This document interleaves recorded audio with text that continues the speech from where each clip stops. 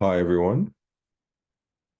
It's 7 p.m. here in London. I'm not sure what time it is all over the world, but I just thought we should like start out. I don't know if this is everyone or if we should wait a few more minutes so that some other people can join. I don't know. Why don't we get started and as folks join in? Okay. Um, Hi everyone else in this discussion today. It would be nice for people to kind of like drop in where they are joining us from. And your names and where you're joining from just in the chat box if possible. But yeah, I would start off today's session. Um, I don't know if I think we should wait a few more minutes. I'm not sure because I feel Sure. like it's just all seven of us in here and Oh, maybe yes. Okay, maybe we could maybe like we should wait for like 2 minutes. yeah. Yeah. I didn't realize I need to pay. I'm so used to using Teams. I'm It's like, same. I forgot. It tells you, yes, 7 participants. But I'm in Houston. It's Central Time, so it's 1 p.m. here. Okay. Okay, It's 7 p.m. here. allow for.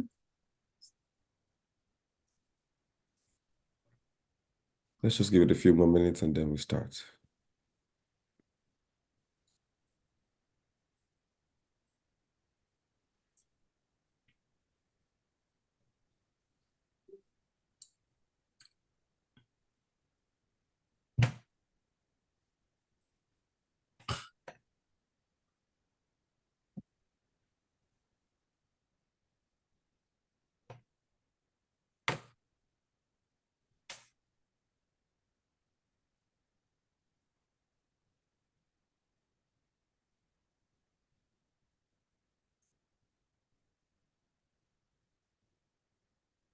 I think Daisy just joined us.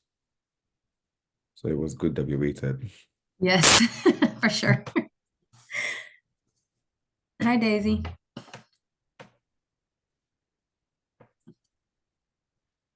Mute myself. Great. Hi, how are you? Doing well. How are you? I'm doing well as well. It's a nice summer day in the UK. Whereabouts are you guys? I'm in Texas. So it's not nice. It's hot. Hot. Yeah, it's Yeah. hot. I played pickleball this morning and it was tough.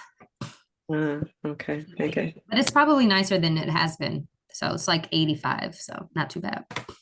Okay, okay. Well, for me, I'm in London and I think it's a pretty chill day for me and great weather as well. I've been indoors all day, just wanted to rest and take Mm. the busy week because we had like Monday was carnival, so it's just resting out from everything else. You went for the carnival? Yeah, I was just there for like about an hour-ish. Nice, nice, nice. I was in London in the morning and then I came back to Cambridge this afternoon. Um, Um, yeah, yeah, nice. No worries. I think we've had a few more joiners, and now it's about 3 minutes past 7 p.m. and I think 3 minutes past 1 p.m. in Texas. So I think it would be fair for us to kind of like start out with a bit of an introduction. Everyone else in the chat box, if you haven't up until this very point, maybe introduce yourself with your name, where you're joining us from. We would love to know where you're joining us from, basically. I see Ebonluwa from Nigeria. I see Fedolakpo joining from Nigeria as well. Erica from Houston already. So everyone else, please introduce yourself in the comments, in the chat box rather, so we can get this started.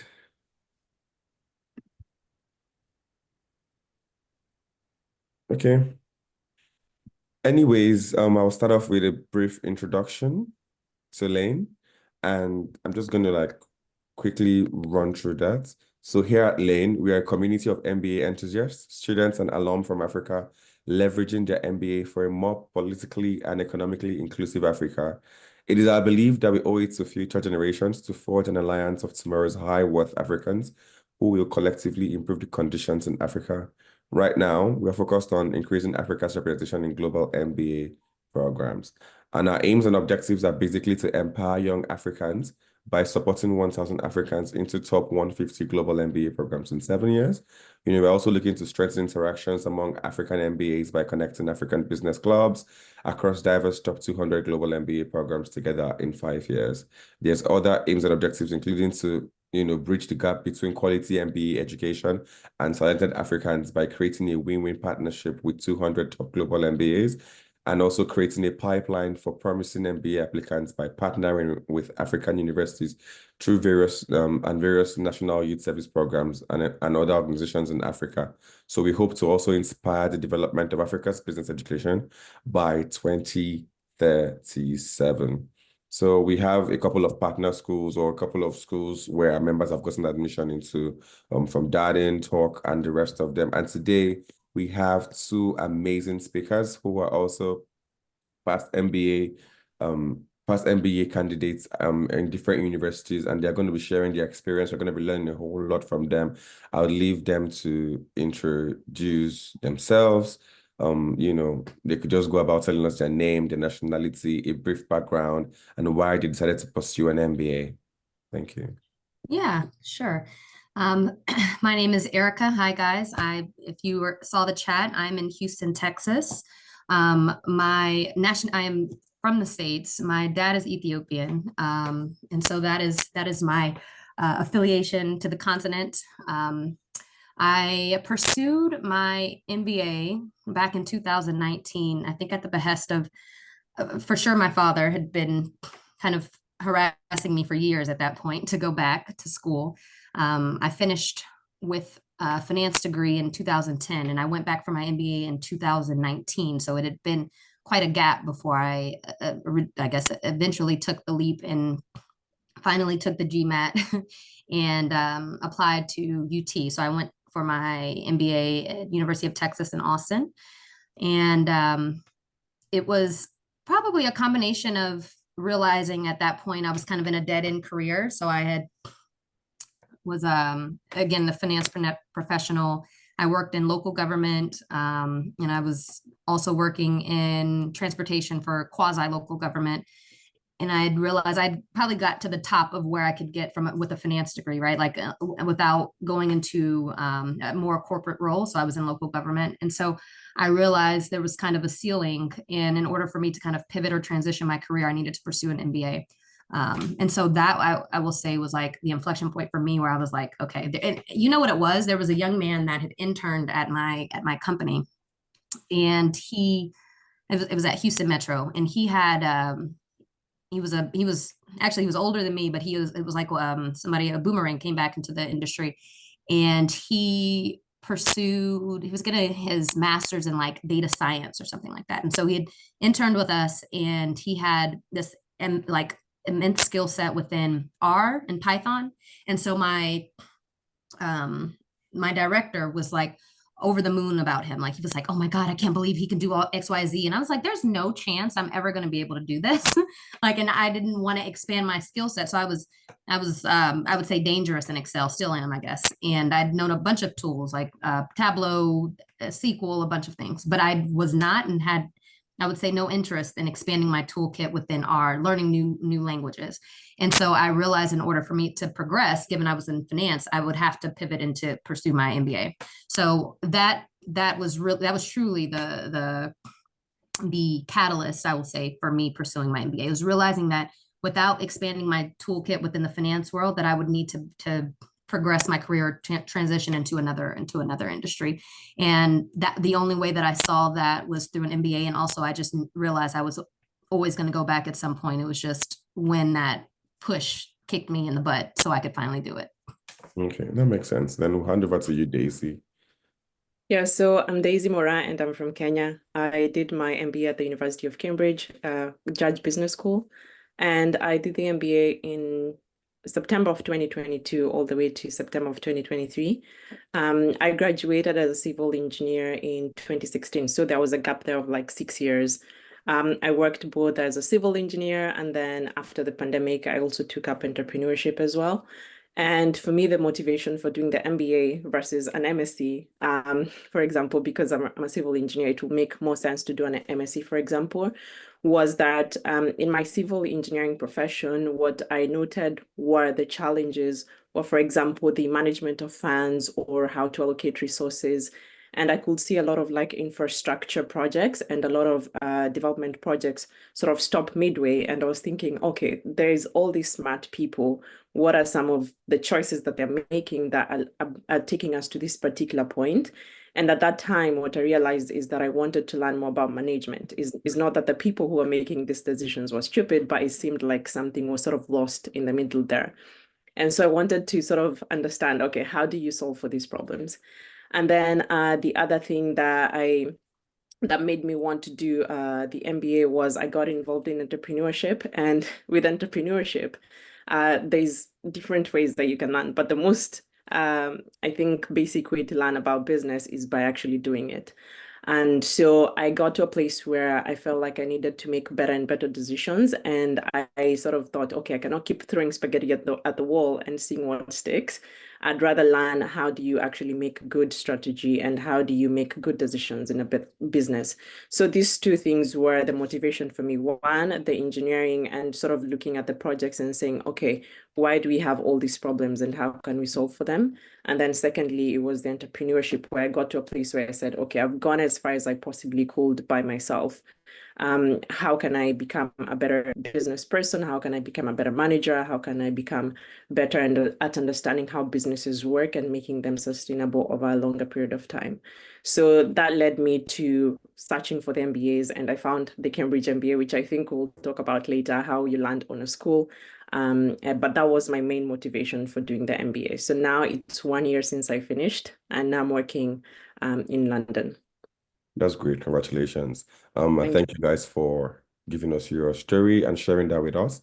And for those who are just joining us, it would be nice for you to pop into the chat box where you're joining us from and your name. That would be really nice. And now to pick up pace to the main discussion point of this this panel discussion, it would be nice for our panelists to typically just give us, a few advice for someone who is looking to pursue an MBA. How would you kind of like help them to, bring about their why, how to find their why for their application, in their essays, considering that? I think another question you should also consider whilst answering the first is also what should applicants focus on first when considering an MBA? It could be, sharing your thoughts on initial steps, such as like self-reflections, research, and connecting with alumni. These two questions are a bit multifaceted, but the very first one is how to advise people on how to define their why. And the second one is about, what applicants should focus on when considering their MBA for the first time. So, any one of you can start. Well, I might go first. So the thing that I'd say that someone should consider before they do the MBA, right, is why do you need an MBA? I know it's cool that people say, oh, if you go to this business school, then you're going to jump steps or you're going to jump roles and then you're going to be a manager. But it's not a cheat code to becoming a manager if you don't have the competency before, right? So really ask yourself, why do you want to do the MBA, and really refine it. It's not just because the money is motivation, but it's not the main thing, because it costs a lot of money, first of all, to do the MBA, and it also costs you time and energy to go into a business school, probably take 1 year or 2 years out of your career. So that means there's also loss of earnings. You really have to think and ask yourself, why do you want to do it? And then also because after you have done with the MBA, the job market may not be the way that you anticipated. Like, for example, now I think there's a quiet recession which is going on that people are not talking about. You must have a reason that makes it possible for you to go through whatever journey you have to go through after. And then in refining the why, I think when it comes to looking at the schools, once you know why you want to do it, then it's easier for you to find a school that aligns with your values. So for example, for me, at the place where I was in my career, I was very keen on collaboration. And collaboration is one of the key values that Cambridge as business school, so the Judge Business School, collaboration is one of the values that they have. And when I looked at their website, it's one of the things that jumped out at me, right? So you have to understand, why do you want to do an MBA? Is it because you want to jump steps? Is it because you want to change industries? Is it because you want to change the location? Is it because you want to change roles? And once that is clear, then it becomes easier for you to even know which school you need to go to, how to write your essays, how much time you need to allocate for this particular process. Thank you so much, Daisy. Can we go back to you, Erica? Yeah, so my answer will almost parallel Daisy's. So exactly what she's saying, right? The first step is self-reflection, right? Understand kind of your motivations, career goals, where you want to be, what do you hope to achieve with an MBA, exactly what Daisy said. I think once you have that clarity, you start researching programs, right? That kind of align with your objectives, right? So Yeah. I mentioned I pursued my MBA at University of Texas in Austin. I went to undergrad in Pittsburgh, Pennsylvania. And when I finished school, it was very difficult for me to recruit with firms that were based in Texas, because all of our kind of alumni network was in that East Coast region, right? So I was not agnostic in terms of region at the time. I was very much anchored and still am to Texas. So it was, I obviously didn't anticipate that at 18, like where should I go to university based on where I want to recruit or land. But I did when I went back to school when I was 29, right, or 28. So be very cognizant, be very diligent about making sure that, look at where the alumni are, that you're at the universities that you're considering, right? Look at the programs exactly like Daisy said. One other aspect, so I only applied to University of Texas and Rice, right? Because again, I knew I wanted to live in Texas. And so what was the decision maker for me why I went to UT was because exactly, again, what Daisy said, that I looked at their programs. They had a lot of international programs that, part of the programs where they had, study abroad opportunities in Rwanda. They had study abroad opportunities in Israel, and a few other places that I was like, okay, this is great. And they had, again, networking was important to me. I was an SAP guru. They had a lot of programs with SAP. I knew I would be able to expand my network within that space. That was a tool that I was interested in continuing to build my toolkit. Even though I wasn't going to be in the professional world, I still would have that opportunity when I was in university. So again, being very diligent about researching the universities, what offerings they have, what, where their alumni end up landing. Like if this is a career or an industry that you're interested in, and they have an immense number of folks that are in that, it makes sense for you to pursue a university there. I ended up, and I think we'll talk about this later, but I work at Kearney. It's a consulting firm. Again, my exposure within consulting started when I was at the University of Texas. Somebody mentioned it to me, like, you should consider consulting because of XYZ. Again, I think we'll talk about that later, so I'm not going to focus on that. But again, I think you might have asked, like, defining your why, right? So again, self-reflection. Whenever I started, I said, okay, I want to do X.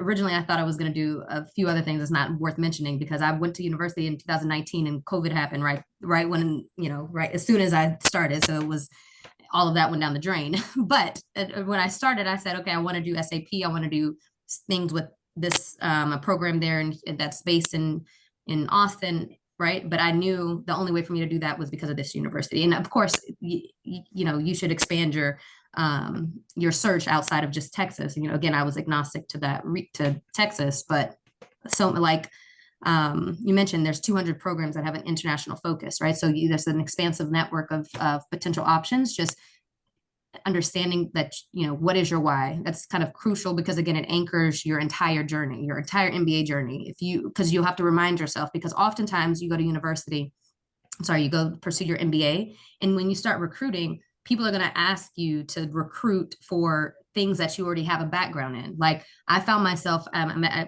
mentioned I'm at Kearney. When I first started at Kearney, I was in the analytics practice because I had this expansive network in analytics. But I had to remind myself, I went to university went back to school because I didn't want to stay in that space. But naturally, companies are going to want you. And again, I'll just stop. Defining your why is crucial, right? Because again, anchors your entire MBA journey. Start reflecting, I think, long-term career goals and kind of personal aspirations. Ask yourself why an MBA is essential to achieving them. And I think that's again, first step. Well, thank you so much for all of that. And I hope everyone else is following. Then we jump right into our next question, which is the unique challenges you think that East African applicants typically would face from your experiences or from people you've interacted with while doing your MBA programs, or from any of your mutual friends that you know that have been trying to get into like different MBAs and have failed. So just typically like anything around maybe visas, limited resources, and any suggested strategies to overcome these challenges. And I think we should kind of like, quickly like briefly like punchy answers to this so that we have a lot more other things to cover. So anyone can go for it. Daisy, I will let you answer this one solely. Okay. So for myself, like I said, I'm from Kenya, and an MBA within Kenya, so let's say the University of Nairobi or in JKUAT or in another university, may be a bit more common versus doing an MBA outside of Kenya. And it's because, first of all, it's very expensive. So living abroad is expensive. The program itself is expensive. And with the amount of money that you use to do the MBA, you can buy a piece of land, not just a small piece of land, but a huge piece of land. And you can probably use that money to do something else. So first of all, for me, the biggest challenge was I was thinking to myself, do I spend my time and my money going after this, or do I spend my time and my money building my life in Kenya, first of all, right? So that was the biggest challenge because it's not cheap change. And then the other challenge was finding another network of people who've probably done their MBA in the UK, because I was particularly keen in the UK on the UK, sorry, or stroke the Europe region versus the US. And that was for my own personal reasons. I didn't want to be so far away from home because it's easier to fly home from Europe, for example, than versus the US. Also, just that I felt more comfortable wanting to come to the UK. And so that for me helped me narrow it down. So that in terms of challenges is like, okay, I want a school that is not so far away from home, that is close enough for me to come back when I need to. And then second is, how can I justify wanting to spend all this money? And then third, there wasn't so much of a big network of people who'd gone to Cambridge or of people who'd gone to schools which are similar to this. And so I had to spend time on LinkedIn trying to network with fellow Kenyans. And I also had to spend time sort of thinking, am I making the right decisions? So I actually found someone who went to, I think, Dartmouth. And he and I were speaking, and he was telling me, okay, this is how I've done the process. Even though you don't want to come to the US, this is how you do it. And I found that having a community was very important around that time. And to me, the community that I had actually was Lane. In as much as Lane had so many Nigerians at that time, because the Lane really started in 2020, right? And around that time, we were at home, there was COVID, there was all these things. And I remember a friend of mine, she's called Sandra, she posted about Lane. And as soon as I saw that, I started joining the webinars.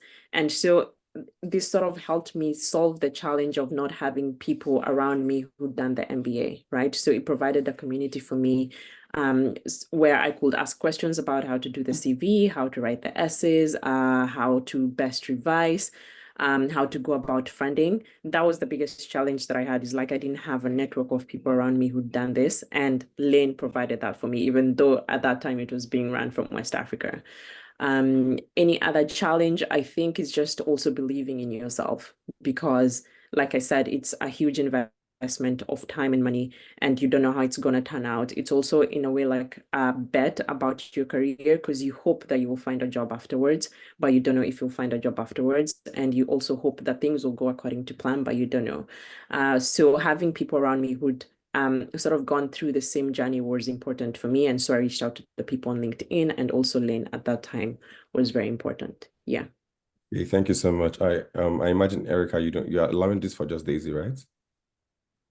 Well, because I don't necessarily have the firsthand experience, right? Okay. Yeah. Because so there's very unique challenges that I think Okay, applying yeah. from anywhere in the world, right? But specifically, yes, I think there are unique challenges from applying from the continent, but I don't have that firsthand experience. So, Yeah. but Yeah. I will say I had a lot of colleagues from the continent, specifically, I mean, primarily Nigeria, to be honest. And the women in particular, at least at UT, there were opportunities for women. I'm sorry that it's just women that I know of, but there's an organization called Forte, and they we're allocating funds to international students to apply through Forte at whatever university you're interested in, as well as UT offers scholarships for international students. So that's kind of the extent to my like contribution that I think would be useful to the conversation. So Okay. Well, Yeah. thank you so Sorry, one more challenge before we go to the next meeting. No, next question, sorry. The other challenge is some people are able to fly to see the schools for themselves. Like if you want to school in the US, you're able to fly there. If you want to school in Europe, you are able to fly here. This is not possible for everyone, right? Because like you understand, there is visa constraints. There is also the expenses associated with that because it's very expensive to fly from Africa anywhere, even within Africa, right? Yeah. So that's one of the challenges that I think will be unique also to an applicant who wants to apply from Africa and is not able to fly to see the schools. So I'd say what is important for that is go to LinkedIn, find people who've gone to the same program as you, who are from the same country as you, and ask what made you like being in this school and what are the key things that you need to know. So you need to ask them to tell you if you cannot fly to see the school yourself. For example, myself, I didn't. And so very luckily, the University of Cambridge did send me like a virtual reality set, and I could actually see the school for myself and I could see the town for myself. This is not possible for every school. But if you know that you cannot fly to go to the school, also try to get in touch with the MBA admissions officers as well, speak to them and understand what is it about the program. And sometimes they also do outreaches in different cities, for example, Lagos or Nairobi or South Africa. Try to see when they're in the country and go and speak with them in person versus thinking, oh, it's not possible for you just because you cannot visit the school, let's say during the exhibitions. Yeah. Okay, thank you so much for that. Ordinarily, our next question would have been about researching and school selection, but I think we've already touched on heavily on this. I think the Yeah. next thing now that I think people that are joining are going to really want to hear about is crafting your application. So, Yeah. from your point of view and from your experiences and that of your friends, what would you say makes a compelling MBA application? And what strategies do you recommend for building rapport with current students and admissions committee, just whatever it is. I mean, I know you've already mentioned a few things about speaking to alumni from LinkedIn and all those stuff and having a community, but Yeah. what makes a compelling MBA application? If you were to go back again from your experiences, what would you do differently? And what did you do? What did you think you did excellently in applying for these MBAs? yeah. Okay. I'm gonna let Erica go first. Okay. So I'll kind of first take the compelling MBA application. So just generally, a compelling, MBA app tells, again, a cohesive story, right? So about your career, your journey, aspirations, and ultimately why you need an MBA and, why you need an MBA to get there based on your aspirations, your career journey, right? So for me, this meant, crafting essays that kind of reflected my unique experiences, right? Securing kind of recommendations from people who knew me well and kind of highlighting, again, leadership. Being able to highlight, I was a leader in this position, this role, this aspect of my, doesn't have to be career, right? Like a lot of what I talked about on my application was about my father and I have a nonprofit. And so that's been, my life from a very young age, right? So I talked highly about or extensively about that experience, right? So the first thing is understanding and reminding yourself, I think Daisy mentioned that these universities, these schools need you, right? Like remind yourself that you will enrich every environment that you join, right? Because there's not going to be a lot of any of us, right? So specifically, you have a very unique background that most other applicants do not possess and won't be able to speak to in their application. So making sure that, again, you remind yourself, like they need you, let's be clear. Because again, you enrich the environment, you enrich the discussions, you have a unique perspective that most, if not all people that will be in the classroom with you won't have. So being very intentional about expressing, these are again, leadership, making sure you highlight, this is these are the instances in which I exhibited leadership because I did this. I started a business. Whenever I'm working in this capacity with my activities outside of work, right? So, authenticity, clarity is always key, right? So making sure that you're clear about what your contributions are throughout up until that point and how you plan to continue to contribute to your ecosystem once you get on that campus. Strategies, I think you said strategies about rapport, right? So again, Daisy mentioned looking at LinkedIn communities, right? So whenever you're crafting that essay, and it was a very good point, Daisy, that a lot of these universities will go to different places outside of, if it's UK, if they'll visit Lagos, Nairobi, and so forth. Same with the UT, I think, has different events. I think the last one I saw was in South Africa, but there's events that I think that may be a lot easier to fly to or to get to than, of course, having to visit the campus.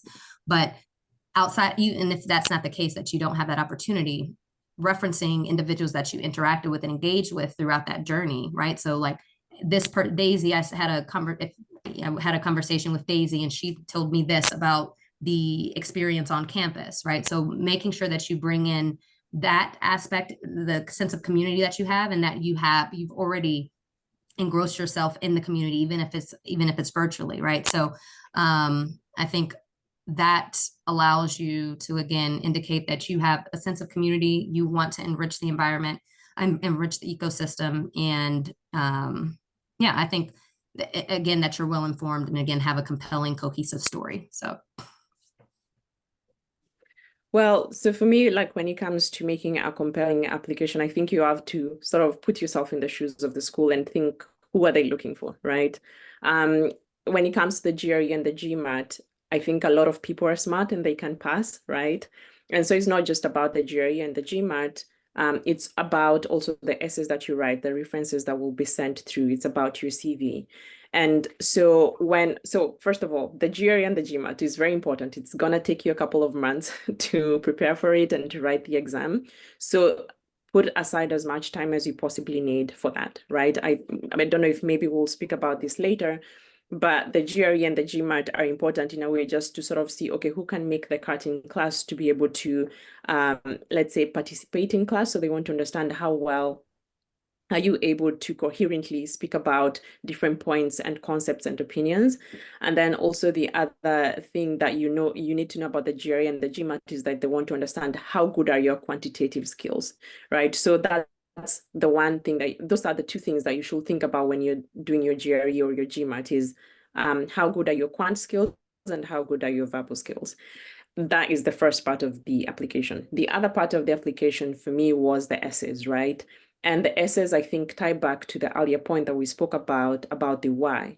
Because when you have a very clear why, it's very, very easy for you to look back at your experience and to look back at your story and say, why do I want to do this MBA and where is it taking me? So the MBA in that sense becomes, sorry, someone is going to the whiteboard. So in that case, the MBA becomes a middle point between you, between your story before you go for the MBA and then what you want to do afterwards. It's just a bridging gap, and you have to make sure that your essays clearly show, or your essays clearly can, when the admissions officers are reading it, your essays will clearly tell the story of why you want to do the MBA. And to point to what Erica said earlier about the uniqueness of your story, for us as Africans, we are very resilient people and we have very unique stories. And sort of when you know yourself, you don't realize just how unique you were. And so you have to think that the person who's reading your essays or the person who's reading your admission documents, they don't know you. And that's the first time that they're getting to know about you. So what do you want them to know about what you've done before, what you want the MBA to do for you, and where you're going? And then the other important thing about your application also is your CV. And Lane actually has a very good webinar on how to do a CV. And before I before I went through this webinar, because this was back in 2020, 2021, 2020 actually, I remember I had like this 3-page or 4-page CV where I was listing down all my roles and responsibilities. You need to be very brief about your CV. It needs to be 1 page. It needs to very clearly show what tasks you did, how well you did them, how much you contributed to the company, because they are training you to become a manager, they're training you to go for the next role. So it's how do you bring impact, not only just within your small role, but to the rest of the company. So if, for example, you were in charge of people on site, for example, I will talk about myself. How was that beneficial to the project, and how was that beneficial to the company, right? Did it help them save money? Did it help them save resources? And then the other thing that you need to be able to make a compelling application is very good references. So if you've done the GMAT in a very good way, if you've done your essays in a good way, if you've prepared your CV, then you need really good references. And I can clearly tell you, you need to get your references in order like really, really early on. Because for myself, I remember the person that I chose to be my referee, he delayed and he delayed and he delayed, and he never sent it on time. I had to literally beg that they allow me to pick someone else as a referee, because you know, if you pick someone as a referee, they send them the document where they need to write about you. So if you're picking a referee, just make sure that it's someone who's competent, someone who will submit it on time, someone who understands how important the submission is for you. Because when you're making an application, you tend to pay a fee. And if this person does not submit their reference on the other end, it means that your application may not be looked at. So make sure that this person is able to submit on time.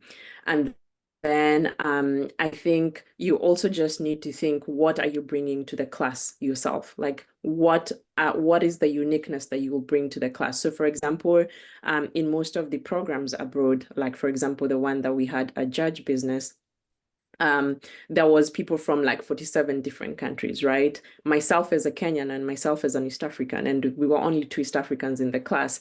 I had to constantly look back at my experience and think, how can I contribute to the subject matter that we had in class? And so you have to realize that you're important. And when you're making that application, don't feel intimidated by the school, don't feel intimidated by the other people in the class. You need to look back at your experience and think, what are the things that make you unique as an individual? What are the things that you've done at work that you can clearly show in your CV? Who can write a really good reference for you? And when you're writing your essays, please, please, please do not write them on the last week, just before you're about to submit them. Start writing them like really early on. For example, for myself, I started about 4 months before it was time to submit, and I kept thinking about it and thinking about it. And like we said earlier, the people that you communicate with on LinkedIn, so like the alumni, ask them, if you become close with one of them, ask them to read through your essay and say, does this essay actually make sense? If you're reading it for the first time, it's important for you to realize that it's not just a job that you do by yourself, but it's like you really have to tap into all your resources and to your network as well. Don't go at it alone when you're making a good application. This is not like exam in primary school where you have to hide your answers. This is like real collaboration work, and that's why networking is very important when it comes to MBA applications. Well, thank you so much for all of that, Daisy, and thank you so much, Erica. I think we're going to jump right into our next question, which is about handling the interview and admission process. You know, for somebody who is coming out of East Africa with the peculiarities and the experiences, even in terms of how we communicate, Yeah. what would you say are the strategies for someone to work with when preparing for these interviews? Beyond that as well, I also want to say, how should applicants manage their waiting period after submission? And again, if you're here and you have any questions, please feel free to drop them in the chat box, and we'll moderate, the question and answer session very soon. But please, I think this is a very important and pivotal path of like the application process, which is the interview process. So please, we would love to hear your ideas as brief as possible, just so that we can have Q&A afterwards. Yep. Okay, I'll start. So in terms of preparation for the interview, so for me, it involved kind of practicing common interview questions, right? Like they'll give you, you can look online. A lot of them are referenced, right? Like the type of questions that they ask. It's sad, I can't recall them now, but I feel like a lot of them were very similar to traditional, like tell me about yourself, XYZ, as a traditional like interview, professional interview. But again, having, practice your interview questions just generally and reflecting again on my experiences to provide thoughtful responses, right? So I recall like researching the school to thoroughly kind of tailor my answers to their values and culture. All universities have like these are our principles, these are our mantras, right? So making sure that whenever you are crafting your responses, that you are being intentional again about what you're saying. So that way it's like a lot of the folks who are interviewing you are students, right? Or alumni for the most part. And so it's a matter of making sure that you're saying things that culturally they're like, oh yeah, there's this person like at UT, I think the mantra is like, what happens here, something for the world or something like that. So it's just like researching the universities that you're interviewing at and looking online to see what standard questions are. And again, whatever their mantras are, whatever, looking up initiatives and programs that they have and making sure like, oh, I want to go here because you have this program or this connection or this affiliation or this international exchange. And I find that interesting. And I saw that online, XYZ, or I researched this, or I spoke with this person who graduated then, right? So making sure that you always bring it back to like why that school, right? And you making sure you know why that school. That's the most important question, is like, why this university? I think having that answer kind of succinct and just very pithy and punchy, that they know exactly why you're applying there, why you did your research, you spoke to people. I think that's critical. And what is the waiting period? Yeah, how to deal with the waiting period, basically, as somebody who's applied and haven't heard back. Oh, haven't. Okay, I got you. Waiting period. So of course the waiting period, it can be stressful, as you know, in any scenario. But traditional approaches to like staying busy. I'm sure you're all working, right? So like making sure you're, staying busy with work, staying busy with family, right? Continue to network. Like I think that's a really important aspect, is that you make sure you continue to network, because you never know really who is involved in making that decision.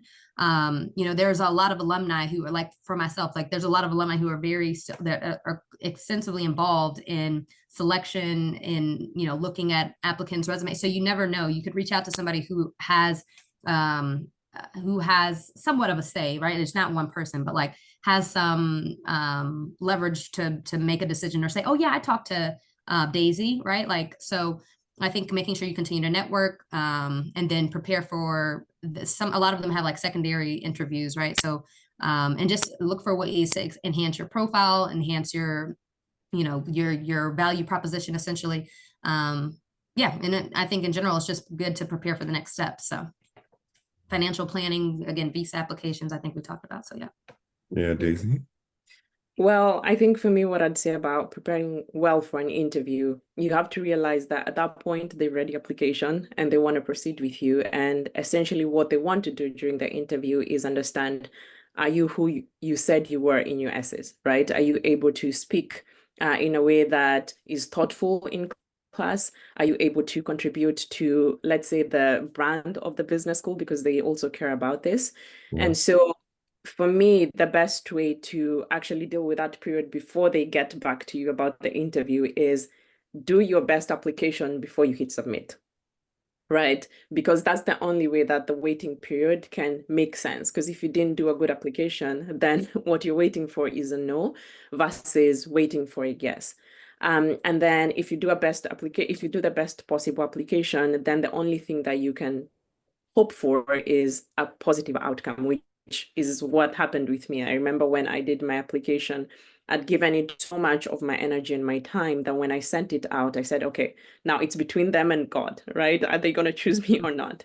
And then when the email for my interview came through, which was a few days before the interview, what I did is I looked at who's the faculty that was going to interview me. I know different schools, sometimes they have alumni doing the interviews. For us is the faculty. And so I went and looked up this particular professor, and he had a very beautiful profile. I looked at what were his interests. I looked at what are some of the questions that he may have wanted to ask me. I looked at his interviews as well, just to understand his communication style. So that was very useful. And then I looked at, okay, what is his interest? So that when we start the conversation, is not very formal, because I also did it virtually.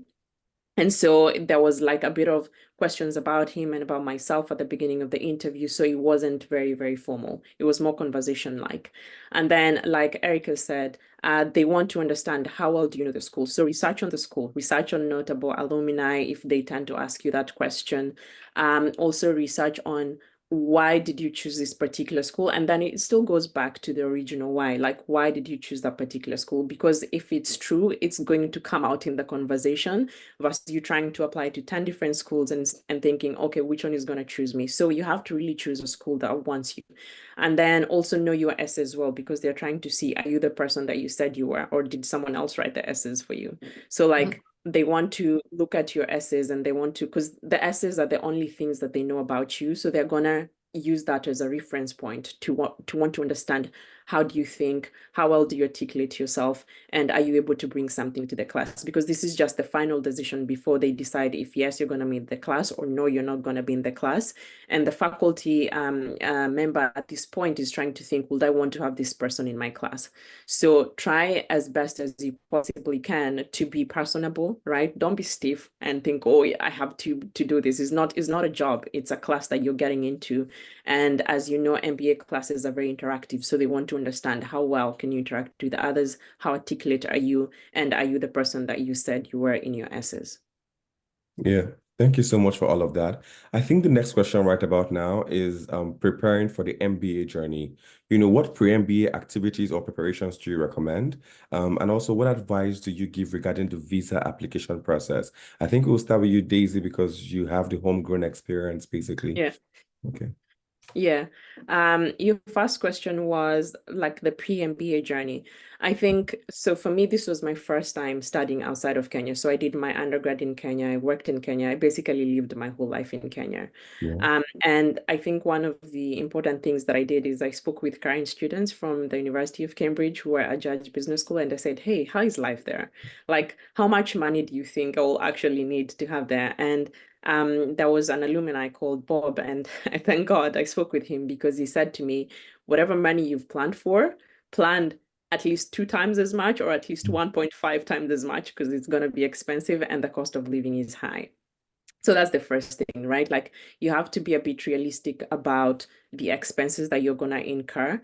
And rightfully so, I think a lot of schools also tell you how much money you're probably going to spend that year just living. So they have a calculation mostly on the websites that tells you this is the amount of money you'd need to live in that particular city, if you're doing a 1-year program or if you're doing a 2-year program. And then the other thing is, you have to, so when it comes to the visa application, you generally have to follow everything that the government says you need to have ready. And try not to do these things at the end of the like admission process.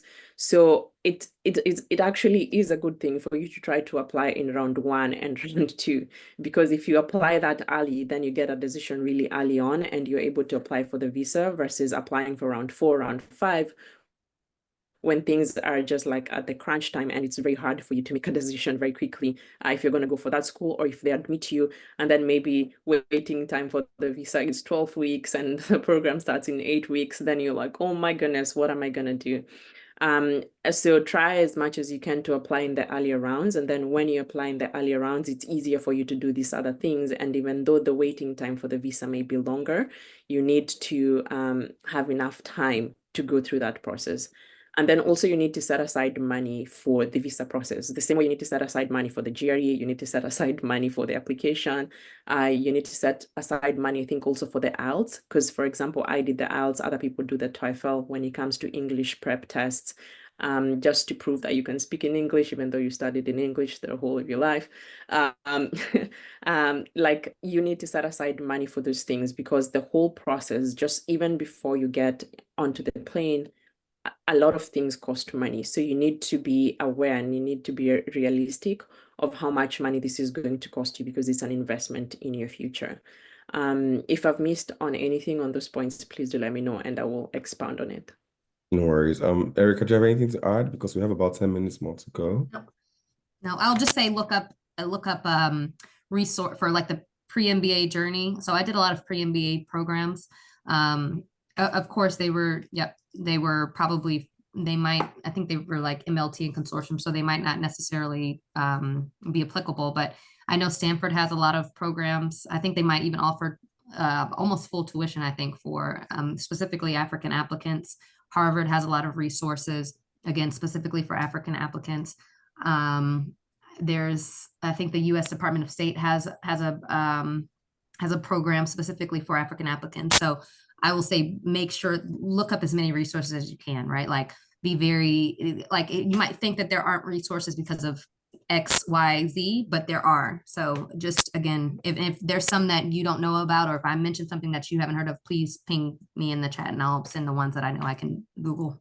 Okay, I think the next question is a bit lumped up. So it's about, we've heard about money a lot on this conversation, right? And I think for Daisy, someone who's coming out of like East Africa, live there, born and raised, how can you say, how do you think people can easily navigate these funding issues? I mean, I've heard a lot about scholarships and a lot about the support from universities, but if someone's unlucky to have gotten all of this, how do you recommend they move forward? And outside of that as well, you've all mentioned a lot about resources and support. What were the most valuable resources and support you got on your journey? Just briefly, so we can take a few questions. Thank you. Okay. Very briefly, this is what I'm going to say. When you're looking at our school, when you're doing a research about the school that you want to go to, please make sure that you also look at the financing and the funding part, because sometimes people get an offer and then all of a sudden it's like, okay, what do I do about the money, right? So look at how much the program is going to cost, and are you able to sustainably finance yourself? And if not, do they have scholarships that you can apply to? And if not, are there external scholarships that you can apply to, right? And then also look at the school and think, do they have an endowment for people who get offers, but they're not able to get into the program? So for example, there's the Cambridge Trust, that students who probably get into programs and they're not able to finance themselves, that can happen. Also look at different financing bodies. So for example, loan bodies. There is Lendwise, which is for the UK, and then there is Prodigy Finance, which is for the US-based students. For that, I think months prior, your credit score needs to be at a place where they're willing to give you a loan, that they can see they can give you a loan. If you don't have like a proper credit score, maybe you need 1 year to sort of repair it before you can ask for a loan. So there's scholarships, there's your own savings, and then there is a student loan. So it really is up to you to decide what kind of mix you're going to have when it comes to your finances. Okay. Anyone else in the audience that have a question, please, you can just like signify by raising your hands, and let's just navigate that. I didn't see anyone in the chat, but if there's no question, I just have a few more questions to ask the audience and the panelists. Anyone? Okay. The next question, I think, just to wrap up, what lessons did you guys learn and best practices that typically helped you to navigate the whole of the MBA process, as well as what is the best piece of advice you'd offer prospective MBA candidates, especially those coming out from the East African region? I'll leave you guys to go. I'm sorry, the first question. Say it one more time. It's more about the lessons and best practices that helped you to navigate the whole of the program in hindsight now. And then the best piece of advice you'd offer anyone from the East African program getting onto these MBA programs. So best practices. So I think for me, if I would have, again, to echo Daisy's point, if I would have given myself more time to refine my essays, like I made a very, again, I think I mentioned I might have I broached this at the beginning of the conversation that it was a very quick catalyst for me that prompted me to say, okay, this is now that I need to go back for my MBA. So to be honest, I think I might have spent not an extent, I'm not even going to say how much time, but I didn't take as much time as I should have for my application.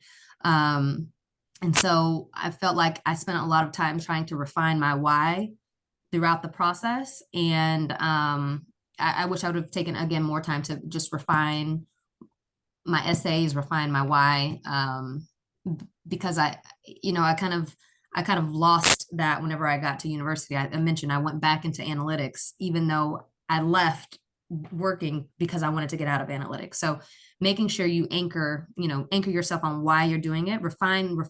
Make sure you know why you're getting your MBA and why you need that to again be a launching pad to X to Y to Z. So I've taken more time to refine my essays.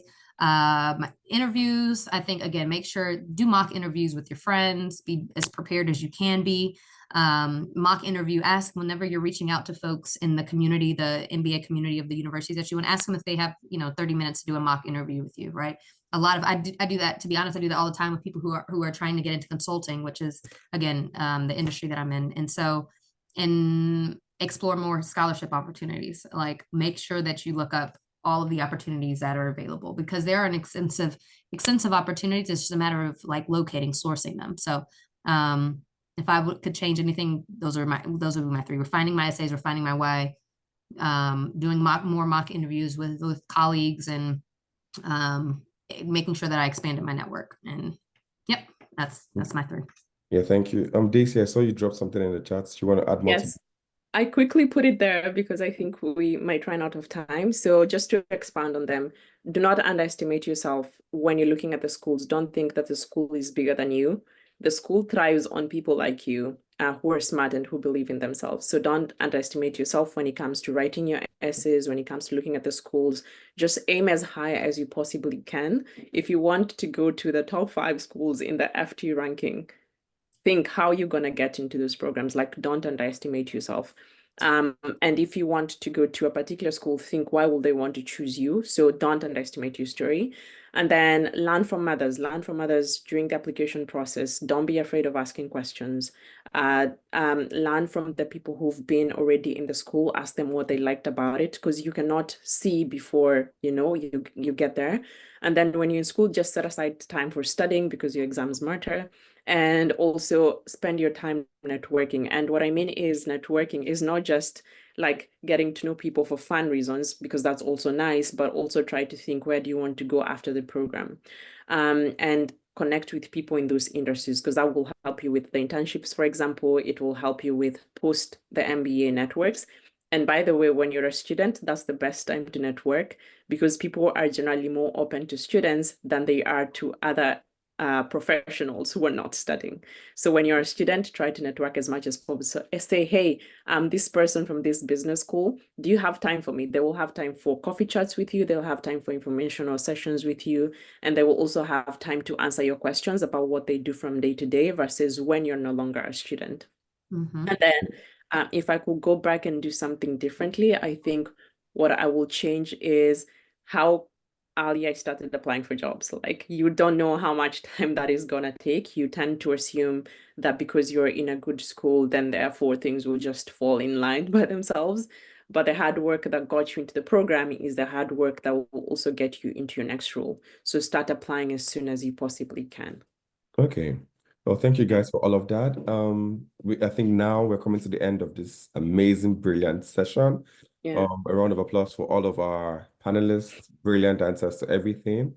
To the audience, we would like to thank you guys for the time as well, for sitting in and listening. We hope you found this really insightful. We have more events coming up, especially for people outside of in other regions from Southern Africa, from Francophone Africa, you know, and they are respectively coming up September 7th and September 14th. So if you know anyone within your network who will typically find any of this useful, please share it with them and tell them to also join the Lane network. We also have MBA for Africa for different schools. So if you're looking forward to applying to any school particularly, please keep an eye out for all of, you know, our events coming up. We also have fee waivers that benefit members, you know, that join these events. So when you join, you are eligible to getting, you know, the fee waivers and reducing the cost and the funds that's required for this program. You know, our LinkedIn and our Instagram is City of Lane. Please connect, be part of what we are building here, and also spread the word to everyone that cares to listen.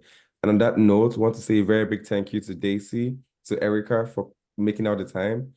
We wish you guys all the best. Even to those applying, wish you all the best in all of your endeavors, and we hope you enjoy the rest of your weekend. Thank you so much. Thank you. Bye, guys. Bye. Thank you. Bye. Bye-bye as well, Marika. Bye.